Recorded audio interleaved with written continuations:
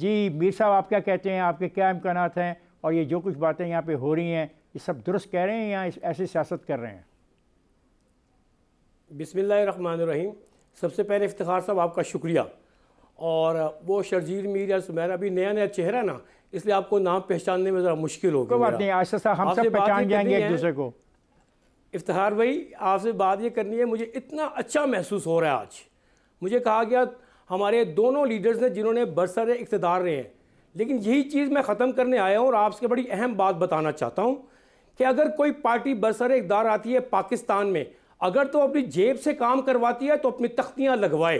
اگر وہ کوئی بھی کام حکومت پاکستان یا حکومت پنجاب کرواتی ہے تو وہ پاکستان کی حکومت اور پنجاب کی حکومت کروا رہی ہوتی ہے، ان کی جیب سے پیسے لگ نہیں رہے ہوتے۔ اور میرے بھائی نے کہا کہ میں 5 سال میں اس حلقے میں آیا ہوں، بڑے عرصے کے بعد یہاں گندگی کے ڈھیر ہیں، یہاں یہ ہے۔ اس کا مطلب ہے جو 30 سال سے آپ کی حکومت کام کر رہی تھی، کیا پہلے اس نے اس حلقے میں کام نہیں کیا جو آج آپ یہ کام کروانے آئے ہیں؟ اور یہ کیا وجہ ہوئی کہ آپ پہلے 56 میں رہے، جو آپ پہلے اس کا تھا 56 لاکھ کا جو تھا آپ کا، وہ چھوڑ کے آپ کو اس 56 میں آنا پڑا؟ یہ سمجھ نہیں ہے مجھے آپ کی بات۔ اور بات صرف اتنی ہے کہ آپ کو دوسرے کی بات کو سن کے جانا چاہیے تاکہ آپ کو پتہ لگے۔ دیکھیں میرے بھائی، میں تو تاجروں میں سے آیا ہوں اور علماء کرام نے مجھے بھیجا ہے، اور میری پارٹی کا نام ہے استحکام پاکستان پارٹی۔ یہ وہ پارٹی ہے کہ جس کے قائد چاہے جہانگیر ترین صاحب ہیں، چاہے وہ علیم خان صاحب ہیں۔ آپ دیکھ لیں کہ علیم خان صاحب نے اپنے حلقے میں اپنی فاؤنڈیشن کے ذریعے سارے کام کرے، فلٹریشن پلانٹس لگائے، انہوں نے کمپیوٹر دیے سارے سکولز میں۔ یہ ساری اپنی جیب سے کر رہے ہیں، تو وہ یہ کہہ سکتے ہیں کہ عبدالعلیم خان نے یہ دیے۔ اور آپ تو میرا نیا چہرہ نظر آ رہا ہے، لیکن راولپنڈی کے شہر کے باسی یہ بات جانتے ہیں کہ یہاں کوئی بھی کمپین ہو، چاہے وہ تاجروں کے لیے کام کرنا ہو، چاہے وہ تنظیم برائے بہبود مریضاں ہو، چاہے وہ غریب مریضوں کے لیے کام کرنا ہو، چاہے وہ ناموس رسالت ہو، چاہے وہ تحفظ ختم نبوت ہو، اگر شرجیل میر کا شہر میں نام نظر نہ آئے تو آپ کہنا کہ میں غلط بات کہہ رہا ہوں۔ ہاں، دوسری بات، ہم نے جب آئے ہم نے سوچا کہ راولپنڈی میں انہوں نے آج جو بھی لیڈر آتا ہے اپنا پلان ہی نہیں ہوتا، اس کا اپنا ویژن ہونا چاہیے۔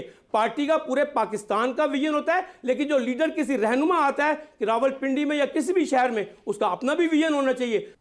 تو ہم نے 13 اگست کی رات کو آتش بازی کی بہت بڑی، اور راولپنڈی پورا اومٹ کیا گیا کہ راولپنڈی جانتا ہے کہ ہم روزانہ ان کے ساتھ حلقوں میں ہوتے ہیں۔ اور آپ نے دیکھا کہ وہاں پہ ہم نے ایک پلان دیا، اسے راولپنڈی ماسٹر پلان کا نام دیا ہم نے اس میں آپ کے جو سیف سٹی کا دیا 6 ارب روپے اللہ نے دے دیا۔ آپ نے دیکھا ہم نے وہاں پہ ایجوکیشن کو اپ گریڈ کرنے کے لیے دیا، ہم نے ہاسپٹلز کو اپ گریڈ کرنے کا پروگرام دیا۔ تو ہمارے وزیر اعلیٰ نے، ہم ریاست نے کام کرتے ہوئے اس کو دیکھتے ہوئے الحمدللہ انہوں نے جو ہے وہ اس کو دیا 2 ارب روپیہ دیا، ہاسپٹلز کے دیے۔ آگے ہمارا سب سے بڑا ٹارگٹ اس میں دیا ہوا ہے پلاسٹر پلان میں رنگ روڈ کا۔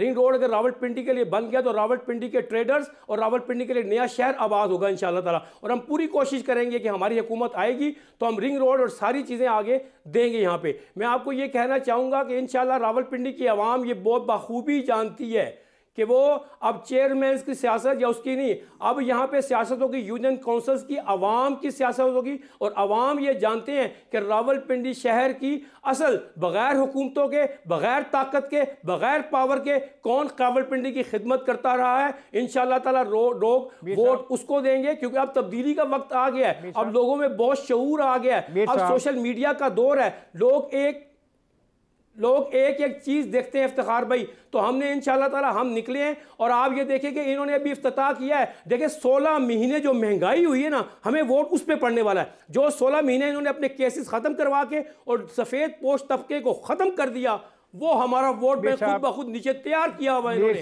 ہم نے صرف حلقوں میں پہنچنا ہے وہاں پہ۔ انہوں نے 250 بندے کا افتتاح کیا۔ آپ نے دیکھیں 19 کو ہم افتتاح کرنے جا رہے ہیں 6 روڈ کے اوپر، اپنا نمائندہ بھیجیں، آپ دیکھیں لاکھوں کی پورا راولپنڈی امٹ کے آئے گا۔ صاحب میں امید کرتا ہوں کہ سارا راولپنڈی امٹ کے آئے گا آپ کے پارٹی کے جلسے میں۔ ہمارے ساتھ خالد عظیم صاحب۔ خالد صاحب، آپ نے ساری یہ باتیں سنی امیدواروں کی، یہ پہلی دفعہ ہم نے اتنے زیادہ امیدواروں کو سے انٹریکٹ کیا پروگرام میں، کیا آپ دیکھتے ہیں؟ بہت ساری باتیں ہیں، اسپتال بن گئے، سڑکیں بن گئیں، سب کچھ ہو گیا، آپ کیا دیکھتے ہو؟ آپ وہاں کے ماہر ہو، آپ کی نظر میں سارا کچھ ہے، کیا دیکھتے ہو؟ دیکھیں جی، دعوے بھی ہیں اور کچھ ڈسکرپشنز بھی کچھ لوگوں کی ہیں جو لوگ موجود تھے۔ جو نہیں ہیں نئے آنے والے ہیں ڈیفینیٹلی وہ تو دعووں پہ ہی یا وعدوں پہ ہی ان کا انحصار ہے، اور باقی جو لوگ ہیں ان کی کارکردگی بھی سامنے ہے۔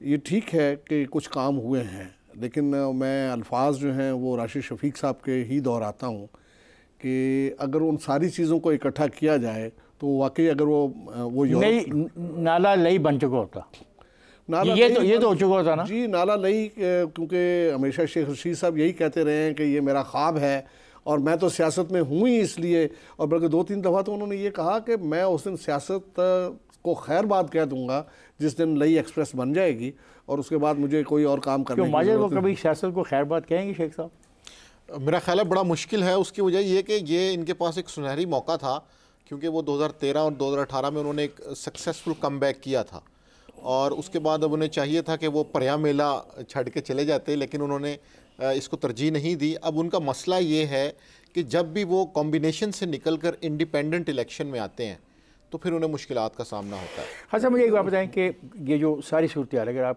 کو میں کہوں کہ اس کے تمام جو صورتحال سیاسی ہے، آپ کیا پریڈکٹ کرتے ہیں وہاں پہ پنڈی شہر کے پریڈکشن؟